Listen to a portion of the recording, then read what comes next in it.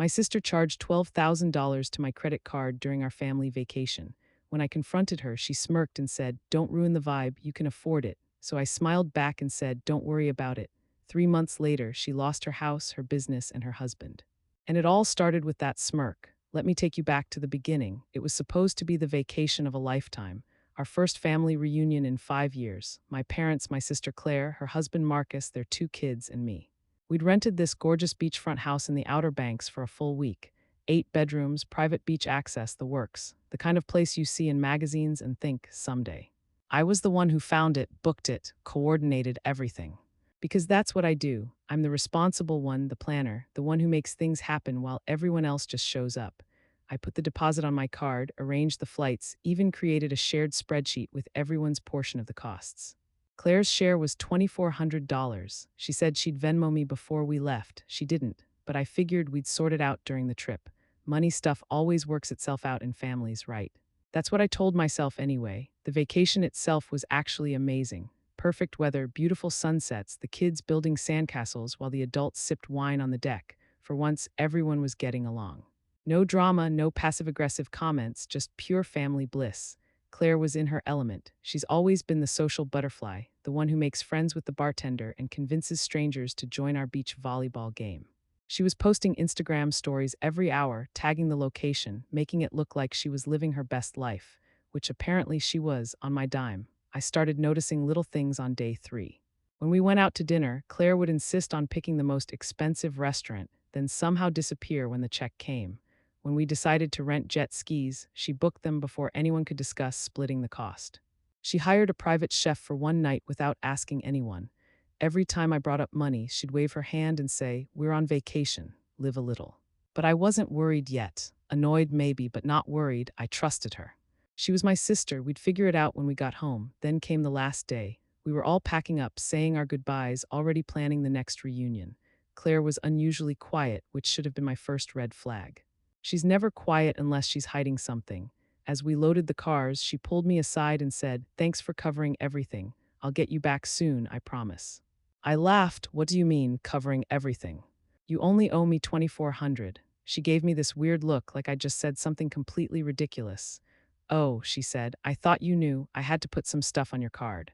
Marcus lost his wallet on day 2, and my card got declined at a couple places. But don't worry about it. Consider it my contribution to family bonding. My stomach dropped. What stuff? How much stuff? She waved her hand dismissively. Just the usual vacation expenses, the restaurants, the activities, some shopping, nothing crazy. When I pressed her for numbers, she got defensive. "Look, we can sort it out later. Right now, let's just focus on how amazing this week was. Don't ruin the vibe." That phrase, "don't ruin the vibe," like I was the problem for wanting to know how much money she'd spent without asking, but I didn't push it. We were literally walking to our cars, families waiting, kids cranky from a long week. I figured we'd talk when we got home, sort everything out like adults. The drive home was pleasant enough. I felt good about the vacation, despite the money weirdness. We'd all gotten along, created memories, reconnected as a family. Maybe Claire was right, maybe I was overthinking things. Maybe a few extra expenses were worth it for the bonding experience. 3 days later, I got the credit card statement. I was sitting at my kitchen table with my morning coffee, just doing my usual bill-paying routine. I opened the envelope, expecting to see the usual charges.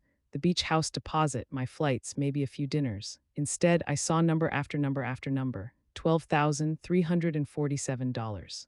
I had to read it 3 times before it sank in. $12,000 in one week. I started going through the charges line by line, and that's when I realized the scope of what Claire had done. She hadn't just put a few things on my card. She'd used my card for everything. Every meal, every activity, every souvenir, every bottle of wine, every tip. She'd bought herself a designer handbag at a boutique in town.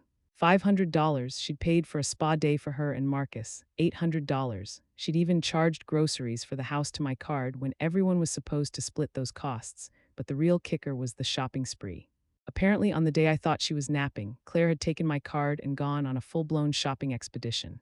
Designer clothes, jewelry, expensive perfume, toys for the kids. She'd spent over $3,000 in 4 hours.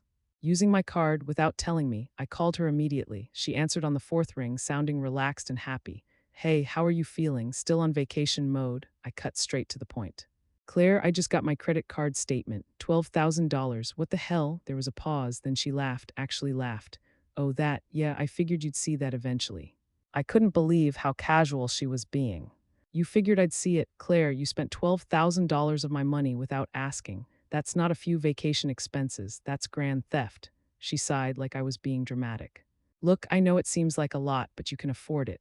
Your business is doing great, you don't have kids, you don't have a mortgage like Marcus and I do. It's not like $12,000 is going to break you. I was speechless. Not because I couldn't afford it, though it definitely hurt, but because of her complete lack of remorse. She genuinely believed that because I had money, it was somehow fair game for her to take it. That's not the point, I said.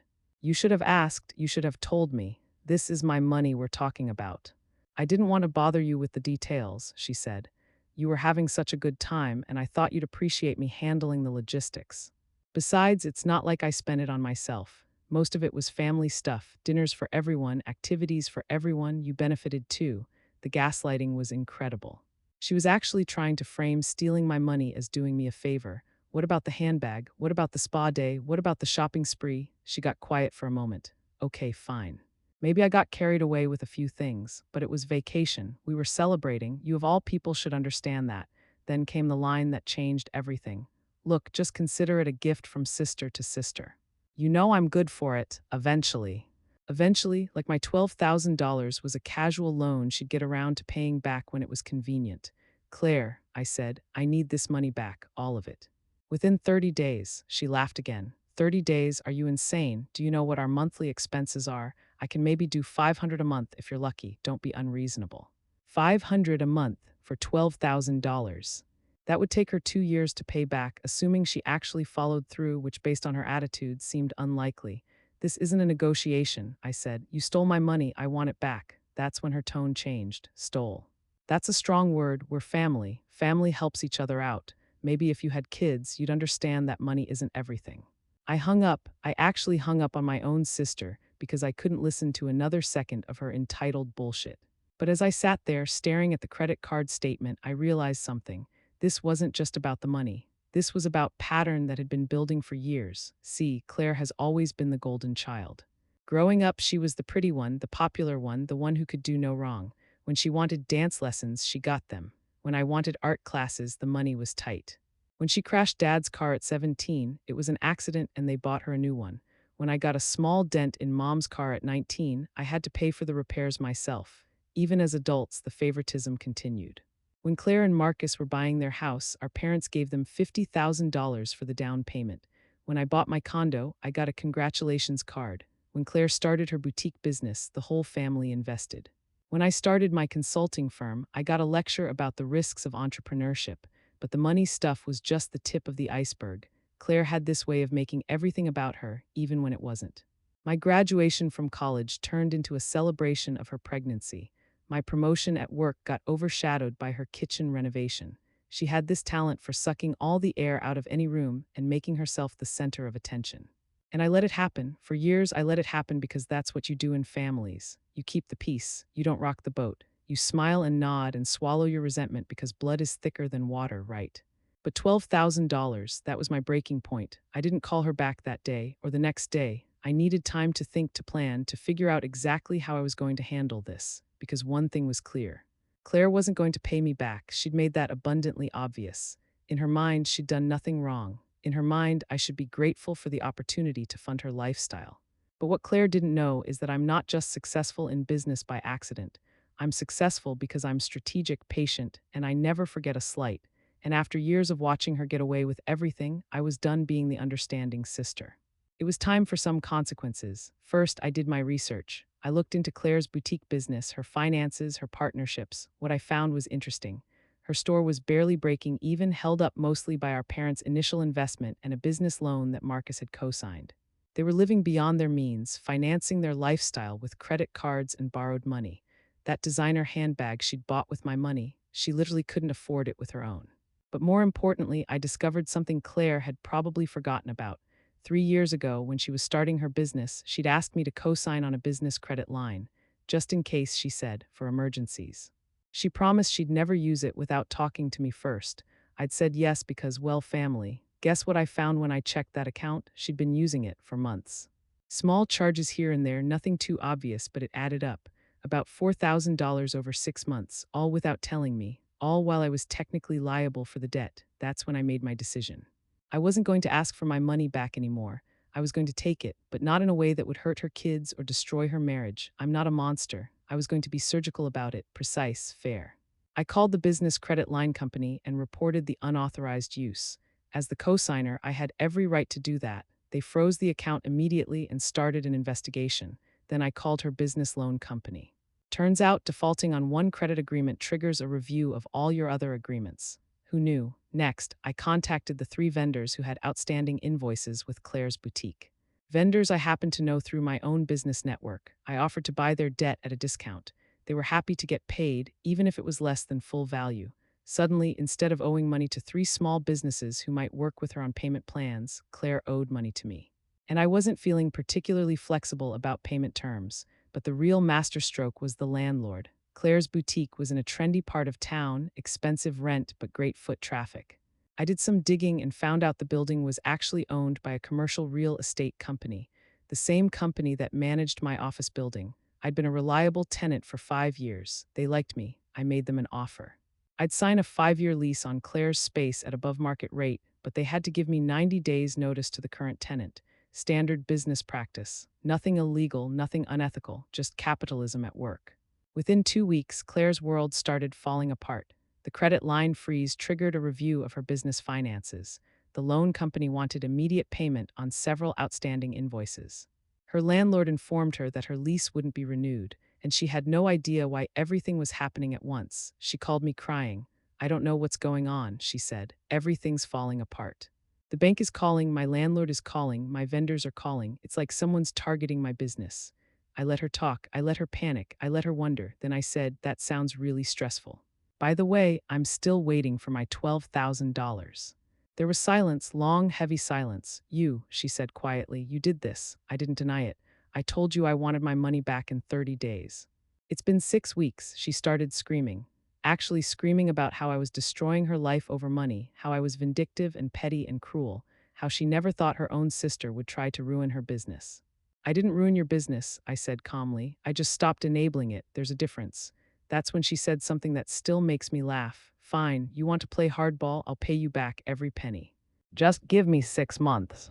I almost said yes, almost, but then I remembered that smirk on the beach, that casual dismissal when she told me not to ruin the vibe, the way she laughed when I discovered the charges. "No," I said. "I don't think you will," and I hung up. 3 months later, Claire's boutique was closed. She couldn't make rent without the credit line, couldn't pay her vendors, couldn't keep inventory.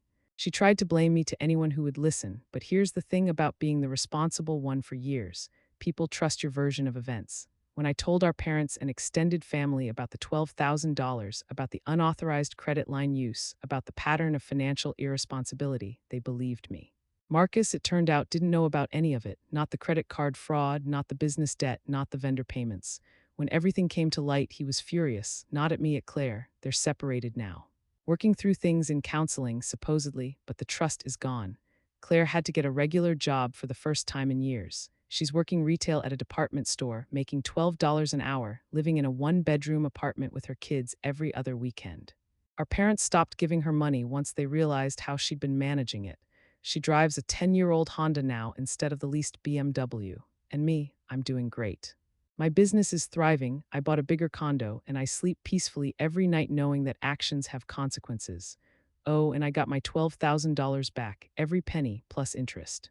Claire had to liquidate her entire designer wardrobe, including that handbag she bought on my card, to make the final payment. Last month, she sent me a text. "I'm sorry, I know I messed up. Can we talk?" I read it, thought about it for exactly 30 seconds and deleted it, because some apologies come too late. Some bridges once burned stay burned. The funny thing is, I don't feel guilty. I thought I would, but I don't. For the first time in my life, my sister faced real consequences for her actions. No parents to bail her out, no husband to cover for her, no sister to clean up her mess. Just reality, pure and simple. Do I miss her? Sometimes I miss the version of her that existed before the entitlement took over. But the woman who stole $12,000 from her own sister and laughed about it, I don't miss her at all. People ask me if I went too far. If I was too harsh, if family should forgive family no matter what. and I always give them the same answer. Respect is a two-way street. You can't steal from someone and then expect them to protect you from the consequences.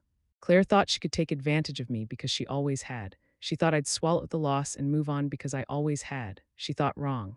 And sometimes, the most loving thing you can do for someone is